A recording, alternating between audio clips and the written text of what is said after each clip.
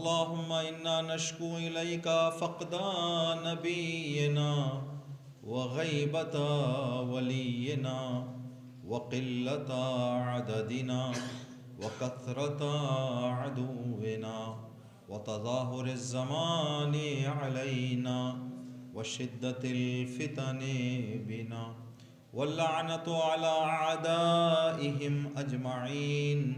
أما بعد، قال الله تبارك وتعالى في كتابه الكريم: بسم الله الرحمن الرحيم. يا أيها الذين آمنوا لا تدخلوا بيوت النبي إلا أن يؤذن لكم. صدق الله العلي العظيم.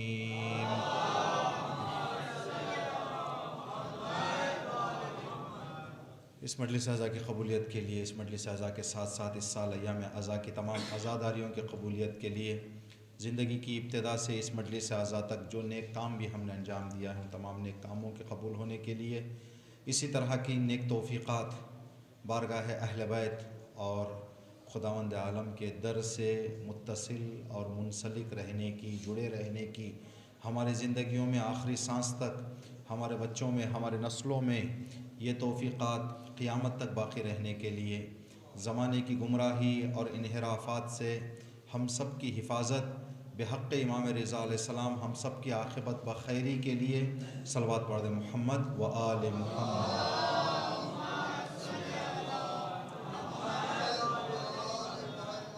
اہل بیت کے چاہنے والے جہاں کہیں پر بھی زندگی کر رہے ہیں، سب کی جان، مال، عزت اور آبرو کی حفاظت، تمام مومنین اور مومنات کی دلی مرادوں اور حاجتوں کے پورا ہونے کے لیے، مخصوصاً حاضرین مجلس کی دلی شرعی حاجات بحق امام رضا علیہ السلام پورا ہونے کے لیے، ہماری دعاؤں میں دعا اور دعاؤں میں سر فہرست امام کی سلامتی اور امام کے جلد ظہور کے لیے صلوات پڑھ دیں محمد و آل محمد۔ زوار اربعین کی زیارتوں کے قبول ہونے کے لیے اور انشاءاللہ ہمارے زندگیوں میں بھی ہم سب کو زیارت اربعین انجام دینے کی سعادت اور توفیق امام حسین علیہ السلام کی مظلومیت کے صدقے اللہ ہم سب کو عطا کرے انشاءاللہ، اور جو زوار گئے ہیں ان کی زیارتوں کے پرسکون ختم ہونے کے لیے اور صحیح سالم اپنے اوطان، اپنے وطن کو واپس لوٹنے کے لیے، اور انشاءاللہ کی جو دعائیں وہ طلب کر رہے ہیں ان کی دعاؤں میں ہم سب کے شامل ہونے کے لیے ایک اور صلوات پڑھ دیں محمد و آل۔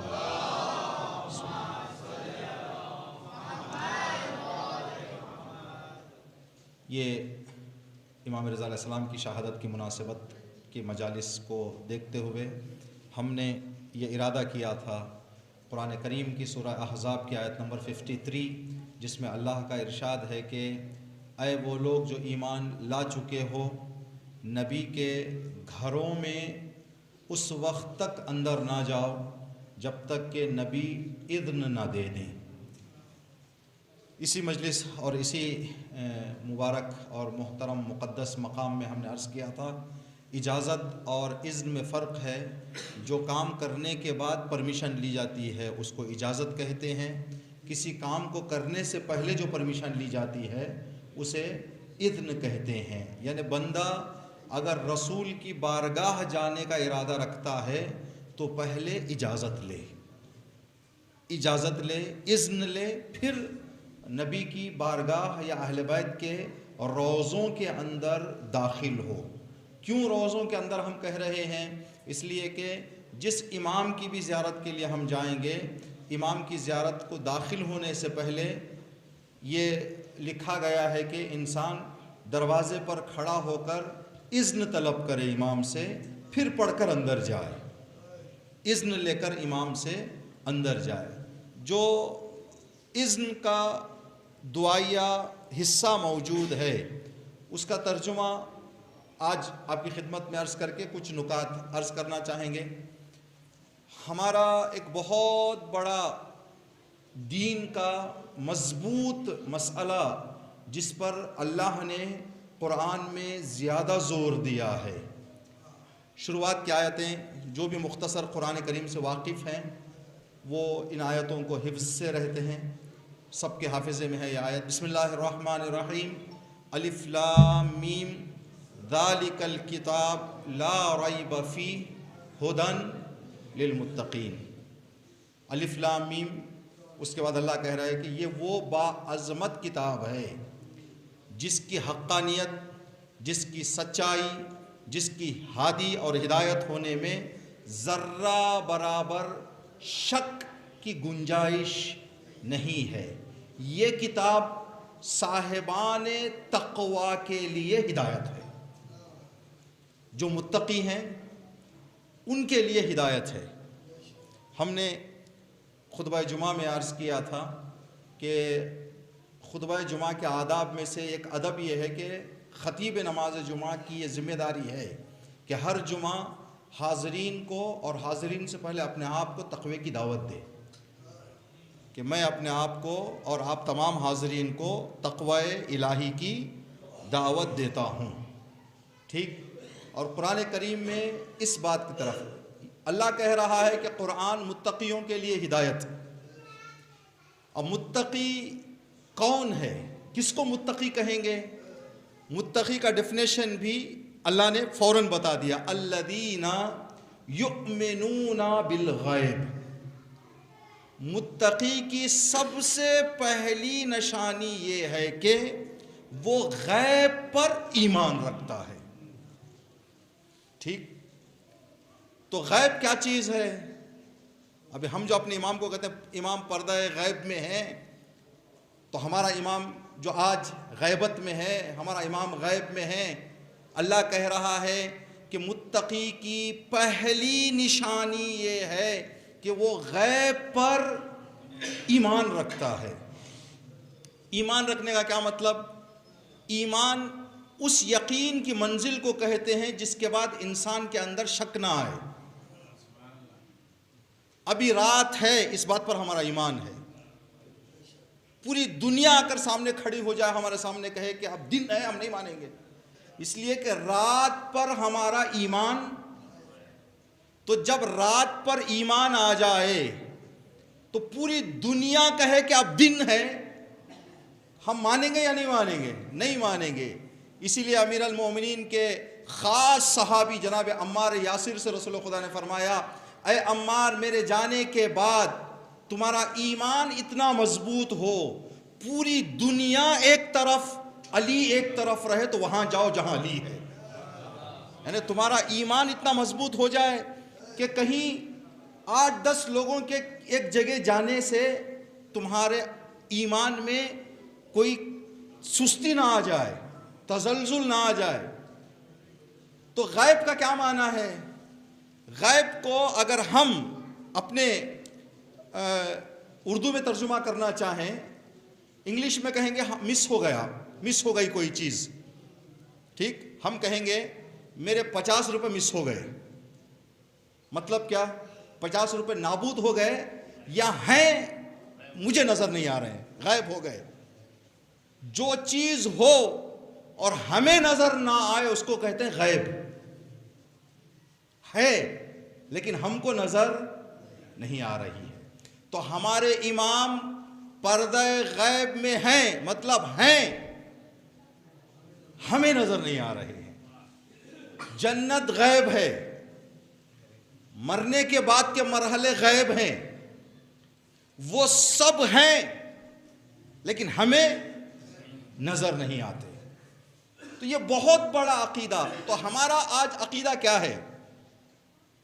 ایک صحابی نے چھٹے امام کی خدمت میں شاید پہنچ کر عرض کیا کہ مولا میرا ایک سوال ہے. امام نے فرمایا بتاؤ تمہارا سوال کیا ہے؟ کہا ابھی اس وقت اگر آپ کے اجداد کی جو امام ہیں ان کی قبروں کو کھودا جائے تو کیا نکلے گا؟ امام نے فرمایا کہ تو نے اپنی عقل سے بڑا سوال کر لیا. اب اس کو سمجھنے کے لیے جو تیرے پاس عقل ہے اس میں طاقت نہیں ہے. کہا کہ ہم زندہ ہیں لیکن ہماری زندگی وہ کس میں عیار کی ہے تیری سمجھ کے باہر ہے. ٹھیک. تو اس اعتبار سے جس امام کی بھی زیارت کو ہم جائیں گے، اس لیے کہ 8ویں امام کی اذن دخول ہم پڑھ رہے تھے، اس میں ہم یہ کہتے ہیں کہ اے میرے مالک، میں تیرے نبی کے گھر کے دروازوں میں سے ایک دروازے پر کھڑا ہوا ہوں، اور تیرے آخری نبی خاتم النبیین نام لے کر، اس کے بعد بندہ کہتا ہے میرے مالک اس دروازے پر میں کھڑے ہو کر، جب ہم ابھی جائیں گے زیارتوں کو تو ہم جالی کی زیارت کرتے ہیں یا امام کی؟ ہم کیا دیکھ کر آتے ہیں؟ امام کو دیکھ کر آتے ہیں؟ ہم دیکھ کر آئیں گے جالی کو، جو روزہ ہے امام کا مقدس، روزہ دیکھ کر آئیں گے، قبر دیکھ کر آئیں گے، حرم دیکھ کر آئیں گے، گنبد دیکھ کر آئیں گے، یہ سب چیزیں دیکھ کر ہم آئیں گے۔ امام کو ہم دیکھ کر آئیں؟ نہیں، مگر یہ کہ کوئی بندہ اللہ اس کو نصیب کر دے، بہت بڑی خوش نصیبی ہو جائے گی اس کی کہ وہ امام کو دیکھ کر آ جائے۔ ٹھیک، تو ہم جو گئے ہیں، اب آدمی جب امام کے روضے کو دیکھے گا، جب امام کے گنبد کو دیکھے گا، تو اس کے ذہن میں کہیں نہ کہیں یہ خیال آتا ہے کہ میرے امام بھی ویسے ہی اس دنیا سے چلے گئے ہیں جیسے میرے باپ دادا اس دنیا سے چلے گئے، جیسے میرے باپ دادا کو ہم نے لے جا کے دفن کر دیا، ہمارے امام کو بھی لے جا کے دفن کر دیا گیا۔ یہ کہیں نہ کہیں اگر خیال آ جائے تو ہم نے امامت کو سمجھا نہیں۔ بندہ اعتقاد اپنا بتا رہا ہے، اب اس اعتقاد کے ساتھ ہمیں زیارت کو جانا ہے۔ اللہم انی اعتقد حرمت صاحب ھذا المشہد الشریف، اس روضہ منورہ میں سونے والے امام کا احترام میں ویسے ہی آج کروں گا جیسے اگر میرے سامنے امام ہوتے تو جیسا کرتا۔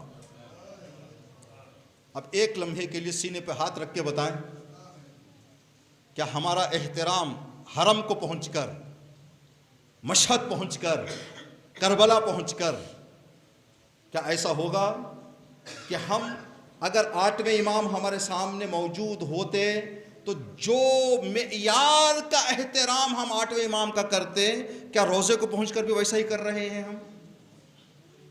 اگر دونوں برابر ہو جائیں تو بندہ امامت کو سمجھ گیا ہے۔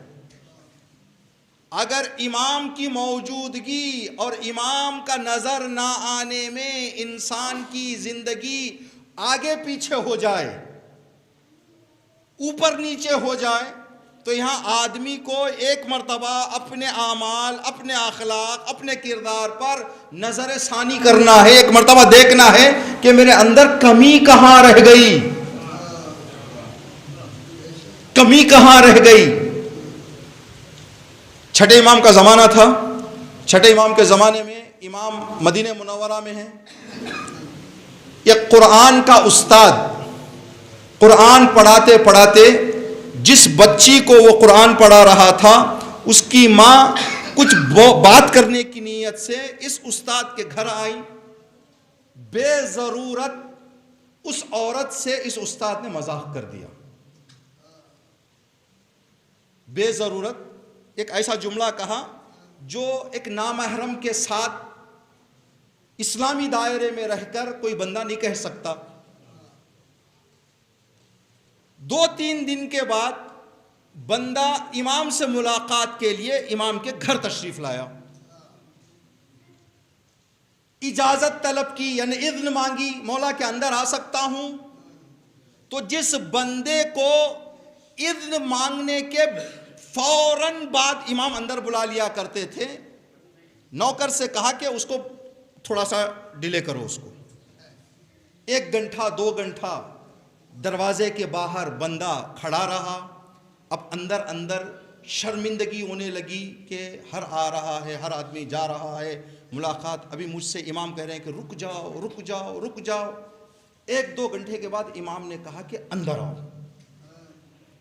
بندہ اندر آیا، مولا کیا وجہ تھی کہ آپ فوراً اذن دینے کا جو آپ میرے ساتھ ایک رویہ تھا، آج آپ نے 2 گھنٹہ میرے لیے دیر کیوں کر دی؟ امام نے فرمایا اس لیے کہ تمہارا وہ بے ضرورت مذاق نے مجھ سے تجھے دور کر دیا. تیرے بے ضرورت مذاق نے مجھ سے تجھے دور کر دیا. تو میری آنکھوں میں گر گیا. میں تجھے بہت احترام کرتا تھا, تو میری آنکھوں میں سے گر گیا. کہا مولا کس نے آپ کو آ کے بتایا کہ میں نے یہ کام کیا؟ امام نے کہا کہ تو نے پھر امامت کو سمجھا نہیں.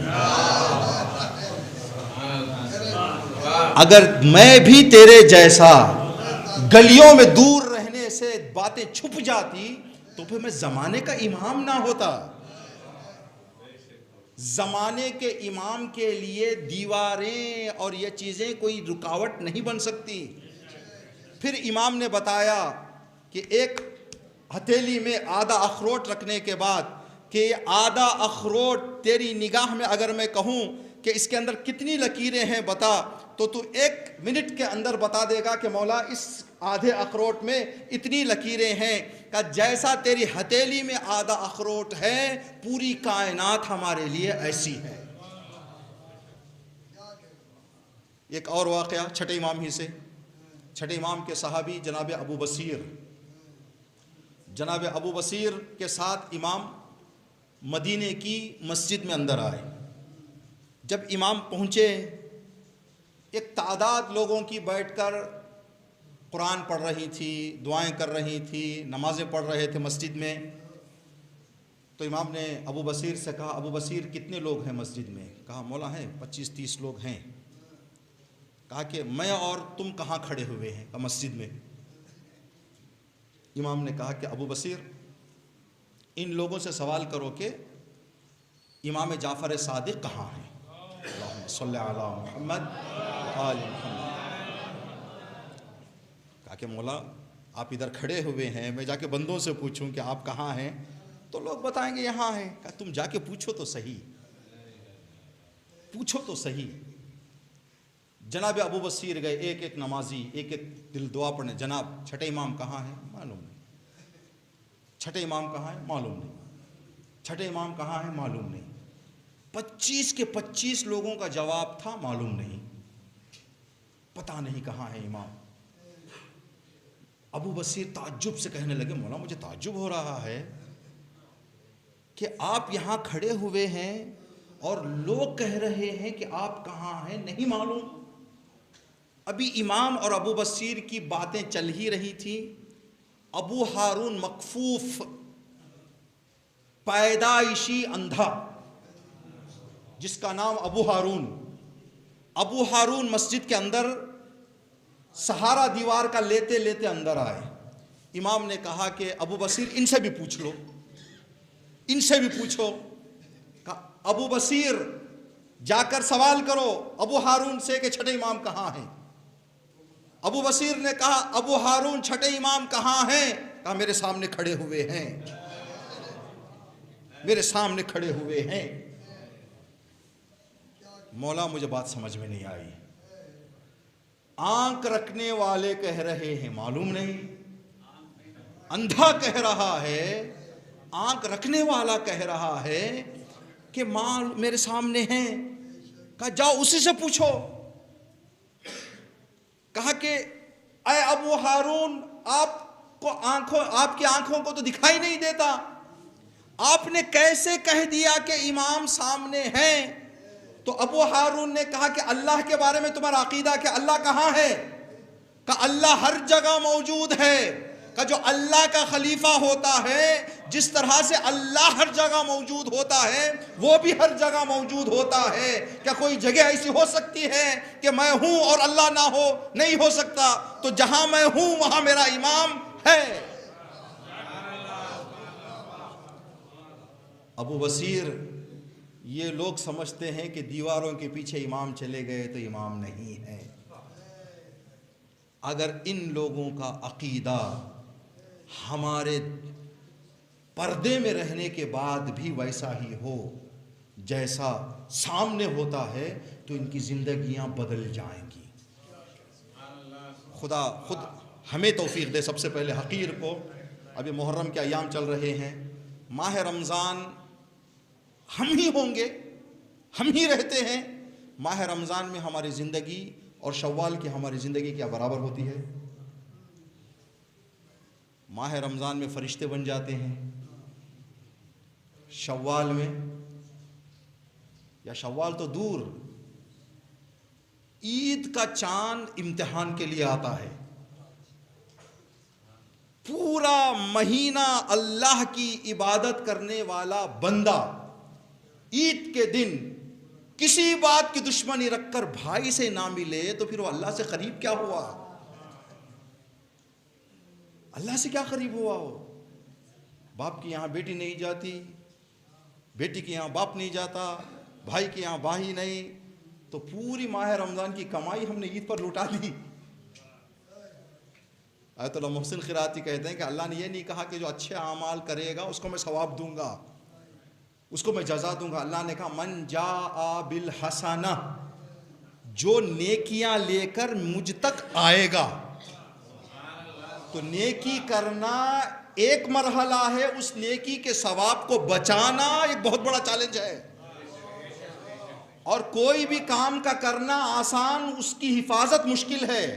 مسجد 25-30 نیک لوگ ایک جگہ جمع ہو جائیں مسجد بن جائے گی.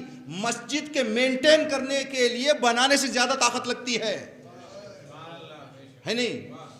ایک دوستی کالج کے داخلے سے ہو جائے گی، ایک منگنی ایک جلیبی سے ہو جائے گی، لیکن اس ایک جلیبی کی منگنی کو نبھانے کے لیے کتنے کڑوے گھونٹ پینے ہیں، دوستی کو بچانے کے لیے کتنا اس کا لحاظ رکھنا ہے. تو ہم عمل کے مرحلے میں تو آ جائیں گے. ایت اللہ محسن خیراتی مثال دیتے ہیں اس کی.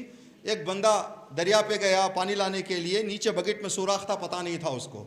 بکٹ بھر کے گھر آیا، دیکھا بکٹ خالی ہے. کہا کہ کیا ہو گیا یہ؟ جب اوپر نیچے کیا تو دیکھا نیچے سوراخ ہے. تو ایت اللہ محسن خیراتی کہتے ہیں کہ ہم لوگ اپنے اکثر ثوابوں کو سوراخ والی بالٹی میں ڈالتے ہیں، قبر تک جانے تک جب دیکھتے ہیں بالٹی پوری خالی ہے. من جاء بالحسنہ فلہ عشر امثالہا. تو بندہ کیا کہتا ہے امام رضا کے سامنے جا کر؟ امام اگر آج زندہ ہوتے تو امام کا جو میں احترام کرتا، آج امام کے روضے کو دیکھ کر بھی میں وہی احترام کر رہا ہوں. یہ بہت بڑا اعلان ہے بندے کا. اس کے بعد آگے ہم کہتے ہیں کہ مجھے یقین ہے وَأَعْلَمُ أَنَّ رَسُولَكَ وَخُلَفَاءَكَ عَلَيْهِمُ السَّلَامُ أَحْيَاءٌ عِنْدَكَ. اے میرے مالک، مجھے پورا یقین ہے کہ میرے امام زندہ ہیں، اب وہ تیرے نظام میں ہیں، میرے یہاں آنے کو بھی دیکھ رہے ہیں، میرے سلام کا جواب بھی دے رہے ہیں، میرے یہاں کھڑے ہونے کو میرے مولا دیکھ رہے ہیں، اور میرے سلام کا جواب بھی میرے مولا دے رہے ہیں. لیکن یہ میری بدقسمتی ہے کہ میرے کانوں میں امام کے جواب سننے کی طاقت نہیں ہے. لیکن میرے مالک، تو نے دعاؤں کا ایک دروازہ کھول دیا تاکہ امام کی آواز نہ بھی سنو تو امام سے لو لگا لو. تو نے ایک دعاؤں کا دروازہ کھول دیا ہمارے لیے، تو نے یہ سلسلہ رکھ دیا. تو عزیزان محترم، یہ محرم اور یہ سارے جو ہمارے یہ سلسلے ہوتے ہیں، یہ سلسلوں کا ایک مقصد جو ہے، ہم نے کچھ دن پہلے چنئی کی ایک مجلس میں عرض کیا تھا. یہاں جیسے ہمیں خبر ہوئی ہے شب داری ختم ہو گئی یہاں کی جی، تو چنئی میں شب داری تھی، وہاں کی مجلس میں ہم خطاب کر رہے تھے. ممبر پہ جانے سے پہلے ایک خیال آیا جو ہم نے وہاں پر بیان کیا.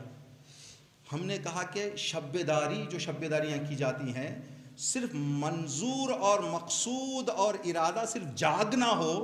بہت سارے لوگ رات بھر گلیوں میں جاگ رہے ہیں. اگر صرف جاگنا مقصد ہے تو ہم لوگ شاید پورے سال میں 4-5 مرتبہ جاگتے ہیں، وہ آدھا سال جاگ رہے ہو ہے نہیں. اگر صرف جاگنا ہے تو وہ تو جاگ رہے ہیں بہت سارے لوگ.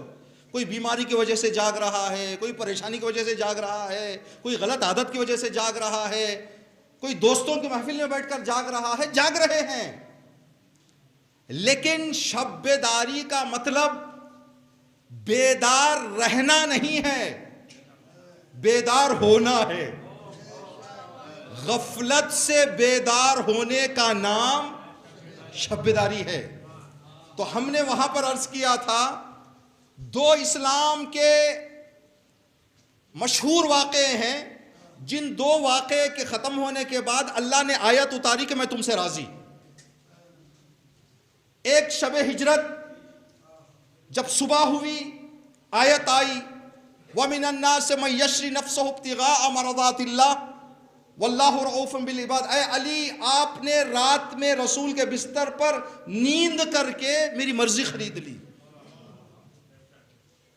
شب عاشور امام حسین اور آپ کے اصحاب بیدار رہے. جب امام کی شہادت کا وقت قریب آیا تو اللہ نے آیت نے اتار دی یا ایتھا النفس المطمئنہ ارجعی الی ربک راضیۃ مرضیہ. اے حسین پلٹ آؤ، میں تم سے راضی ہو گیا. مولا امیر المومنین رات بھر سوئے، اللہ کی مرضی آ گئی. امام حسین رات بھر جاگے، اللہ کی مرضی آ گئی. ان 2 باتوں اور ان 2 واقعوں سے اللہ بتا رہا ہے جاگنا اور سونا ویسا ہو کہ میری مرضی خرید لو. سوتے ایسے سو کہ میری مرضی مل جائے، جاگو تو ایسے جاگو کہ میری مرضی مل جائے. ایک امام سو کر مرضی لے رہا ہے، ایک امام جاگ کر مرضی لے رہا ہے. تو مقصد کیا ہوا؟ اللہ کی مرضی. اللہ کی مرضی ہو سکتا ہے. دیکھیں دین نے ہم کو یہ پیغام دیا ہے، یہ ہدایت دی ہے کہ بندہ اگر ایک کوئی نیک کام کرے. ہم مسجد میں آ گئے، مجلس میں ہیں ہم، اب مجلس میں بیٹھ کر جو نہیں آئے ہیں دور دور بھی ہم یہ خیال نہ کریں کہ ہم نیک ہیں، وہ بدقسمت ہیں جو نہیں آ پائے، وہ انہوں نے اچھا نہیں کیا نہیں آئے. ہو سکتا ہے کوئی بندہ نہ آ کر وہ ثواب لے لے جو شاید کوئی بندہ آ کر نہ لے. ایک عظیم مجتہد کا نام ذہن سے نکل گیا ہے، آیت اللہ شاید بروجردی ہیں. آیت اللہ بروجردی نماز شب اپنے گھر کی چھت پر پڑھتے تھے. تو ان کا جوان بیٹے نے کہا کہ بابا آپ کی نماز شب کی عادت دیکھ دیکھ کر مجھے بھی شوق ہونے لگا ہے کہ میں بھی نماز شب پڑھوں. بابا جب آپ نماز شب کے لیے اٹھتے ہیں تو مجھے بھی جگا دیں. کہا بیٹا اگر تو کہہ رہا ہے میرا فرض تھا واجب نماز کے لیے اٹھانا تجھے، مستحب تیرا شوق چاہیے، تجھ میں تڑپ چاہیے، تجھ میں وہ محبت چاہیے. اگر تو چاہ رہا ہے تو نے کہا تو میں اٹھا دوں گا. جب نماز شب کے لیے آیت اللہ بروجردی اٹھے، بیٹے کو کہا کہ بیٹا اٹھ جاؤ. بیٹا اٹھ گیا. اور یہ بھی ہمارے زندگیوں کی ایک سمجھیں عیب سمجھ لیں اس کو یا جو بھی ہے، کوئی بھی کام کرتے ہیں شروعات میں بڑے گرم ہو کر کرتے ہیں، اس کے بعد پھر ایسا ٹھنڈا ہو جاتے ہیں کہ پھر کبھی کرنا ہی نہیں اس کو. ٹھیک. تو بچہ اٹھ گیا، جوان لڑکا تھا، اٹھ گیا، باپ کے ساتھ نماز شب کی نیت باندھ کر کھڑا ہو گیا. اللہ اکبر. جب آخری رکعت میں جہاں قنوت میں مومنین کے لیے دعا کی جاتی ہے، نام لیے جاتے ہیں، قنوت کے لیے ہاتھ اٹھایا تو آنکھیں شہر کے گھروں کے دریچوں پر پہنچی جس کے سارے لائٹ بند تھے، چراغ بجھے ہوئے تھے. تو چراغ کا بجھنا، ایک جو آدمی فوراً سوچے گا کہ یہ لوگ اٹھے نہیں ہیں. نماز ختم ہوئی، بابا سے مصافحہ کیا، بابا اللہ آپ کی نماز قبول کرے. کہا بیٹا آپ کی نماز اللہ قبول کرے. کہا بابا لوگ کیوں نہیں اٹھتے؟ سارا پڑوس سو رہا ہے، سارا گاؤں سو رہا ہے. آیت اللہ بروجردی نے کہا بیٹا کل سے نماز شب پڑھنے کی ضرورت نہیں ہے.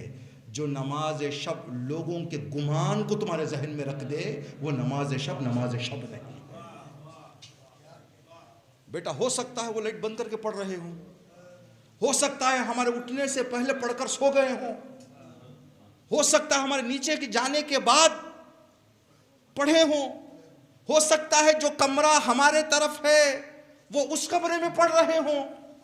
بیٹا کبھی دوسروں کے بارے میں ایسا جملہ کہنا ہے تو تمہارا بستر پر سونا نماز پڑھنے سے بہتر ہے۔ دیکھیں یہ دین ہے، یہ دین ہر آدمی کی عزت۔ تو ہم امام کو یہ اعتقاد کے ساتھ کرنا ہے کہ ہم امام کے موجودگی میں ہیں۔ اگر اس چیز کو ہم یقین کر لیں تو بہت بڑے مسائل ہمارے حل ہو جائیں گے۔ یہ بات کہہ دینا بڑا آسان ہے ممبر سے ہمارے جیسوں کے لیے، اور نیچے بیٹھ کر آپ کو سننے کے لیے کہ بی بی آتی ہیں، لیکن بی بی آئیں گے تو بھی کیا ہمارا رویہ ایسے ہی رہے گا؟ ہمارا رویہ ایسے ہی رہے گا؟ ہم نے علی پور میں بھی یہ بات کہی تھی اور پوتنلی میں بھی یہ بات ہم نے وہاں کی استقبال کی مجلس میں کہی تھی۔ ہم ایک نعرہ لگاتے ہیں، ہے ہماری درسگاہ کربلا کربلا۔ درسگاہ کا معنی کیا ہے؟ درسگاہ کا معنی ہے کلاس روم۔ تو ہم اعلان کر رہے ہیں کہ کربلا ہماری کلاس روم ہے۔ جب ہم نے کلاس روم ہونے کا اعلان کر دیا تو کلاس روم کے کچھ رولز اینڈ ریگولیشنز ہوتے ہیں، ٹھیک؟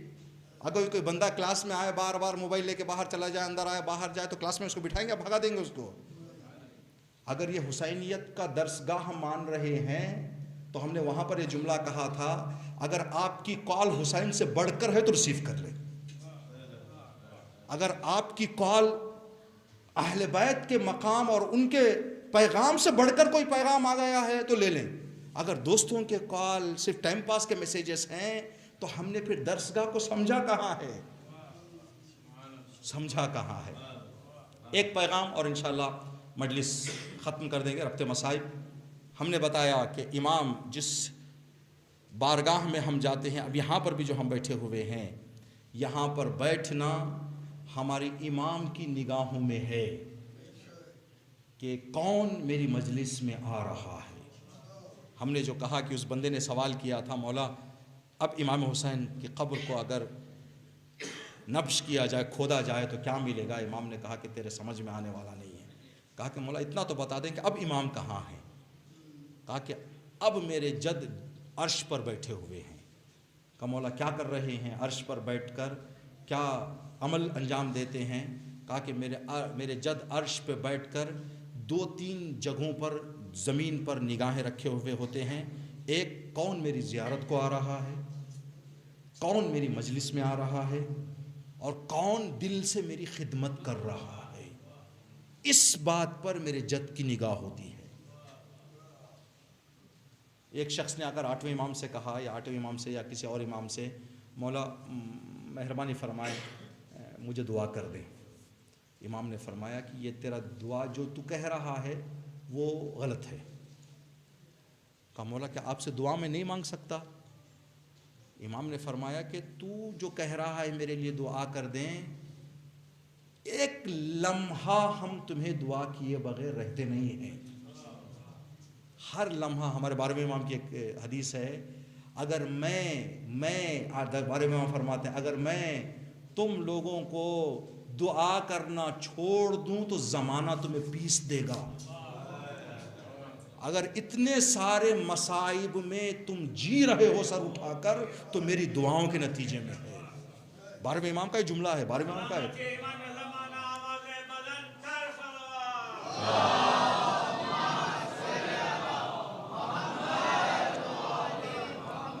ایک پیغام، ایک حدیث ہے پیغام کی شکل میں، ہمارے بزرگوں سے اجازت لیتے ہوئے انشاءاللہ جو ہیں، یہ اس سال مولا حسین کے صدقے میں جس ممبر پہ بھی ہم بیٹھے ہیں یہ حدیث ہم نے سنائی ہے، جہاں جہاں گئے ہم نے یہ حدیث سنائی۔ ہم نے ایک جملہ کہا، ایک خیال آیا، آج سے 30 سال 35 سال 40 سال جو زمانہ گزرا، جو آپ سب بہتر جانتے ہیں جو بڑے ہیں، ہم نے جو بہت کم دیکھا اس دور کو، آج کل کے بچے تو ایک دم الگ ہی دنیا ہے، ٹھیک؟ تو اس دور میں سہولتیں کم، گھروں میں راحتیں زیادہ تھیں۔ گیس نہیں تھی، واشنگ مشین نہیں تھی، فریج نہیں تھی، کمائیاں چھوٹی تھیں، لیکن گھروں میں جتنا اطمینان اس وقت تھا آج نہیں ہے۔ جبکہ آج سہولتیں آ گئیں، ٹیکنالوجی آ گئی، ترقی ہو گئی، پیسہ زیادہ آ گیا لوگوں کے ہاتھ میں. تو ہم نے تقریباً 7-8 سال پہلے علی پور کی مجلس میں ہم نے عرض کیا تھا اس جملے کو، پہلے دور اور آج کے دور کو ایک نگاہ سے اگر ہم انالائز کرنا چاہیں، پہلے دور کے لوگوں کے کپڑے میلے، دل صاف تھے. آج کے زمانے میں کپڑے صاف ہو گئے، دل میلے ہو گئے. وہ دور میں علم کم تھا، عمل زیادہ تھا. جو سنتے تھے اس کو پکڑ لیتے تھے ہاتھ میں، کہ مولانا نے کہا یہ کرنا ہے، فلاں ذاکر صاحب نے کہا یہ کرنا ہے. آج یوٹیوب میں بھی وہی دیکھو، فیس بک میں بھی صرف دیکھ کر گزرنے کی عادت پڑ گئی ہم لوگوں کو. سنو جاؤ، سنو جاؤ. عملی میدان میں دور دور تک فکر نہیں ہے کہ اس کو عمل میں بھی وہیں پر ایک میسیج آ جائے کہ صبح اٹھ کر یہ کام کرنے سے ہیلتھ بنتی ہے، 15 دن شروع کر دیں گے. دنیا کے کاموں میں آگے، ابھی ممبر سے بتا بتا کر گلے پھٹ رہے ہیں، پڑھ پڑھ کر آنکھیں جا رہی ہیں، لیکن سنو جاؤ. پہلے علم کم تھا، عمل. پہلے پیسے کم تھے، محبتیں زیادہ تھی. آج پیسے زیادہ ہو گئے، محبتیں نظر نہیں آ رہی ہیں. اس کی وجہ کیا ہے کہ پہلے دور میں سہولتیں کم، راحتیں زیادہ تھیں. اس کی ایک وجہ جو ہم نے تلاش کی، کچھ ایسے چھوٹے چھوٹے کام تھے جو ہمارے باپ دادا کیا کرتے تھے، جو چھوٹے چھوٹے کام گھروں میں راحتیں لاتے تھے، برکتیں لاتی تھی، محبتیں لاتی تھی. جو وہ چھوٹے چھوٹے کام آج کے زمانے میں ہماری زندگیوں سے ہٹ گئے. ہم نے مثال دی، اگر ہم 5 کلو مچھلی پکڑنے کے لیے ندی یا تالاب کو جائیں، 5 کلو مچھلی پکڑنے کے لیے 2 گرام کا کیڑا چاہیے. 2 گرام کا کیڑا لے کے دریا کے پاس چلے جاؤ، 5 کلو کی مچھلی لے کے آ جاؤ.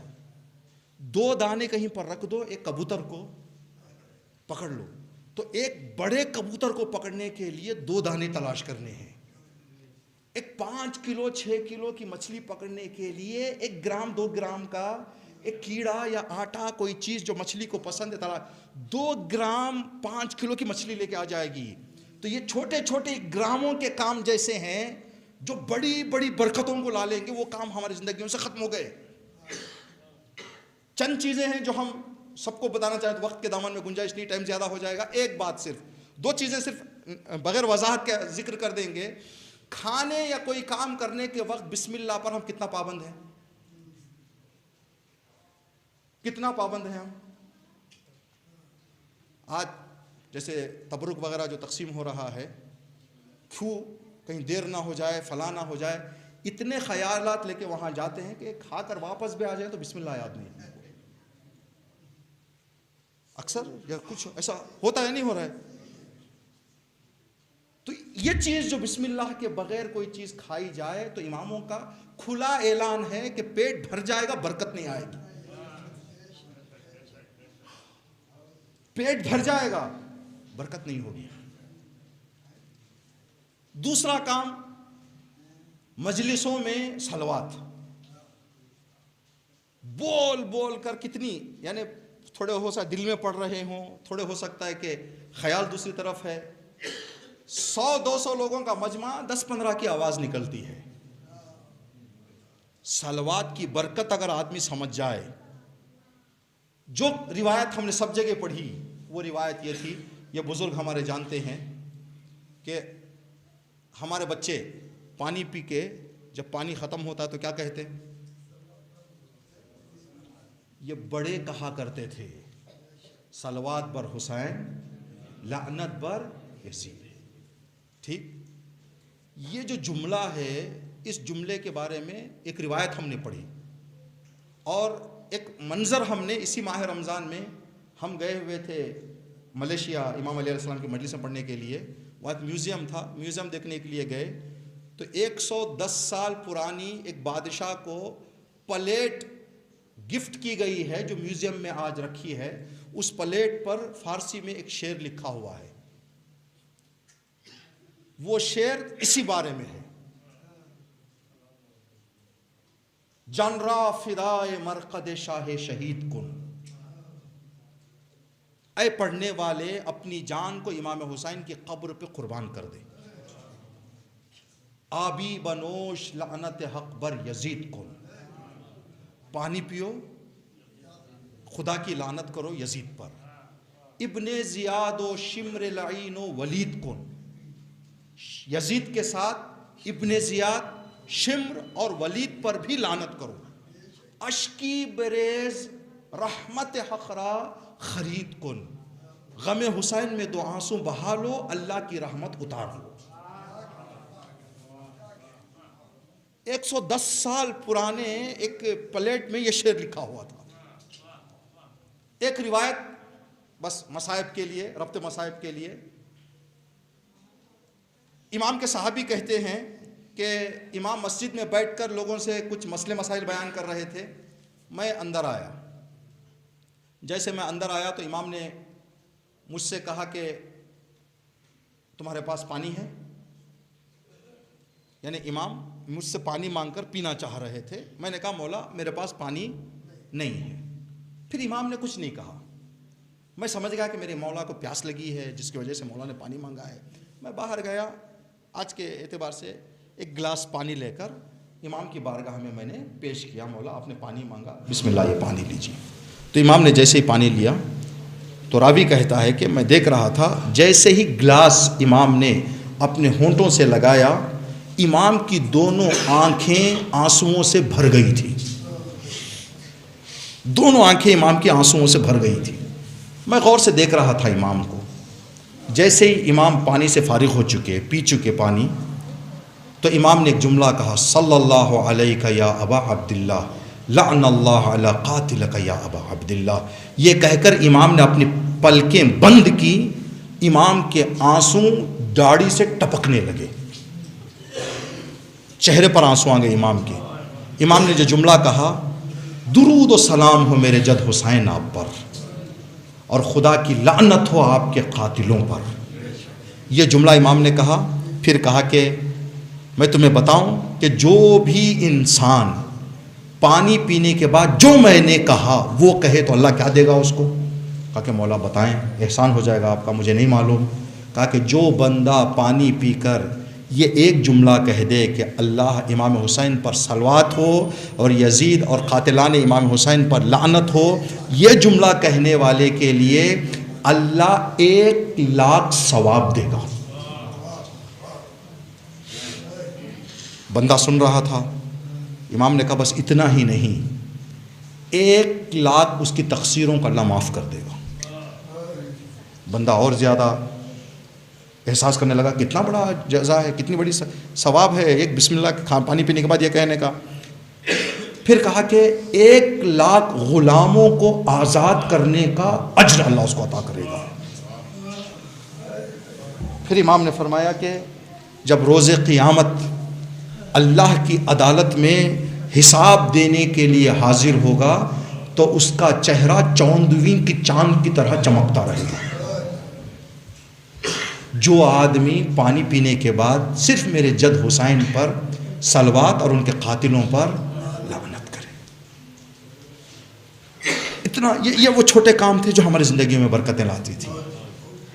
اور ہمارے اماموں نے امام حسین علیہ السلام کی پیاس کو یاد رکھنے کا بڑا اہتمام کیا، پیاس کو یاد کرنے کا۔ کربلا کے بعد امام کا غریب بیٹا امام سجاد جب بھی پانی پیتے امام اپنے بابا کو یاد کرتے، ہائے میرا بابا پیاسا شہید ہو گیا، ہائے میرا بابا پیاسا شہید ہو گیا۔ نہ صرف یہ امام بلکہ جتنے امام، جیسے جس امام کی شہادت ہے اس امام کے بارے میں ملتا ہے کہ ابا سلط کہتے ہیں کہ میں اپنے آنکھوں سے دیکھ رہا تھا، زہر کی وجہ سے میرا مولا بہت ہی تڑپ رہا تھا، امام رضا علیہ السلام بہت تڑپ رہے تھے۔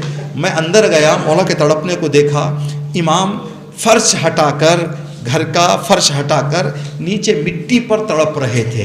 تڑپتے تڑپتے میں نے امام کی تڑپ کو دیکھا. میں نے کہا مولا اتنا تڑپ رہے ہیں آپ, اجازت دے دیں فرش بچھا دوں گا, فرش پر تڑپ لیں مولا تھوڑا سا, اگر آپ کو درد ہو رہا ہے تو فرش پر لیٹ جائیں.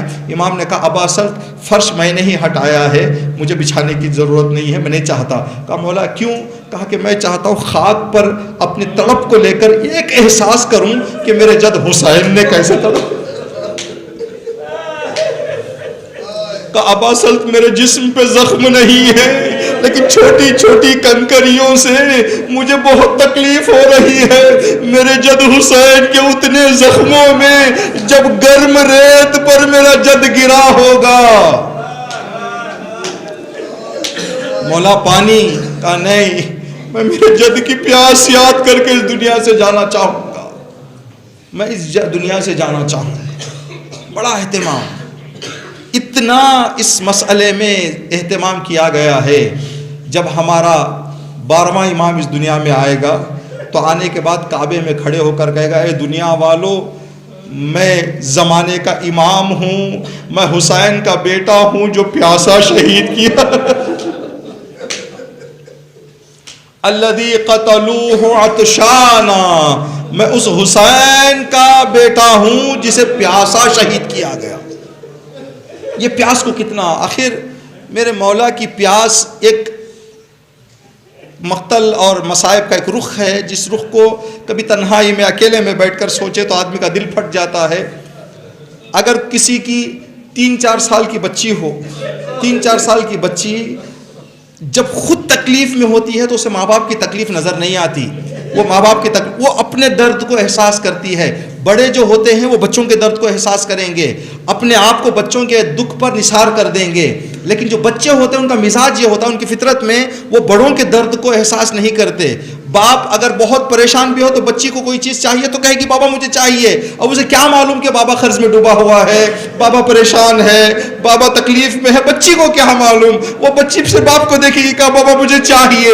لیکن میرے حسین کی پیاس وہ کتنی زیادہ پیاس تھی مجھے نہیں معلوم. جب زلجنا خالی واپس آیا خیمے میں, سکینہ نے زلجنا کے گردن میں ہاتھوں کو ڈال کر کہا زلجنا اتنا بتا دے کہ میرے بابا کی گردن کاٹنے سے پہلے پانی پلایا.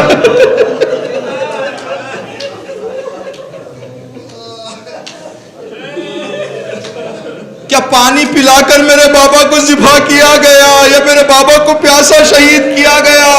زلجنا نے سر ہلا کر کہا بی بی اب میں کیا بتاؤں, میرا آقا پوچھ رہا تھا ایک قطرہ پانی مل جائے, لیکن کوئی پانی دینے والا نہیں تھا. اجرکم اللہ. بس آخری فقرات اور آپ کی زحمت تمام. کتنا اہتمام کیا ہے پیاس کا, امام حسین علیہ السلام کی پیاس کا. ایک ایران کے بادشاہ گزرے ہیں جن کا نام امیر کبیر ہے. امیر کبیر اہل بیت کا چاہنے والا تھا, اچھے کام کیا اس نے, تو ظالموں نے ان کو پکڑ کر قید خانے میں ڈال دیا. پھر کہا کہ نہیں اس کو ہمیشہ کے لیے ختم کر دیتے ہیں. کہا کہ اس کو سزا یہ دی جائے ہاتھ کی رگوں کو کاٹ دیا جائے تاکہ پورا بدن خون کا باہر نکل کر یہ تڑپ تڑپ کر مر جائے. امیر کبیر کی ہاتھوں کی رگوں کو کاٹ دیا گیا. تنہا کمرے میں قید میں بیٹھ کر تڑپ رہا تھا امیر کبیر. تڑپتے تڑپتے شروعات میں جب خون تھوڑا تھوڑا گیا تو صبر کرتے رہے, لیکن جب خون زیادہ چلا گیا تو پیاس اتنی ہو گئی. امیر کبیر نے کہا مجھے پانی دے دو, مجھے پانی پلا دو, مجھے پانی پلا دو. لوگ دیکھتے رہے کہ امیر کبیر بار بار پانی مانگ رہا ہے, کچھ نہیں کہا. ایک آدمی کو دیکھ کر ترس آ گیا کہ بندہ کتنا پانی مانگ رہا ہے. ایک گلاس پانی لے جا کر امیر کبیر کے ہاتھ میں دے دیا کہ امیر کبیر پی لو پانی, اتنا آپ پانی مانگ رہے ہو. تو امیر کبیر کہتے ہیں کہ میں نے پانی ہاتھ میں لیا, لینے کے بعد پینا چاہ رہا تھا, یہ خیال آ گیا ذہن میں, اس کی وجہ سے میں نے پانی چھوڑ دیا. کچھ دیر میں اس دنیا سے چلے گئے. جب انتقال ہو گیا امیر کبیر کا, خواب میں کسی نے دیکھا, کہا کہ امیر کبیر یہ جو جنت کا اتنا بڑا درجہ آپ کو ملا ہے, کیا وہ جو نیک کام آپ نے اپنی حکومت میں کیے ان نیک کاموں کا؟ کہا نہیں. وہ کہا کہ وہ نیک کاموں کا صلہ بعد میں دیا جائے گا, ابھی یہ صلہ کس چیز کا ہے؟ کہا بس آخری وقت جب میری رگیں کٹ گئی تھی, میں پانی مانگ رہا تھا تو مجھے پانی لا کر دے دیا گیا. تو جیسے ہی گلاس میرے ہاتھ میں آیا تو مجھے خیال آیا امیر کبیر ایک زخم میں اتنا پیاسا ہو کر تو سہ نہیں پا رہا ہے، ایک لمحے کے لیے سوچ کہ تیرے حسین کی پیاس کتنی رہی ہوگی، کیسے حسین مظلوم نے صبر کیا ہوگا۔ میں نے کہا کہ میرے مولا کی پیاس کو یاد رکھ کر میں پانی نہیں پیوں گا، میں نے پانی کو نیچے رکھ دیا، اس ایک حسین کی پیاس کو یاد کرنے کا یہ درجہ اللہ نے مجھے عطا کر دیا ہے۔ معلوم نہیں میرا حسین کتنا پیاسا، جس کی پیاس آج بھی یاد۔ الا لعنت اللہ علی القوم الظالمین سیعلم الذین ظلموا ای منقلب ینقلبون ربنا تقبل منا انک انت السمیع العلیم۔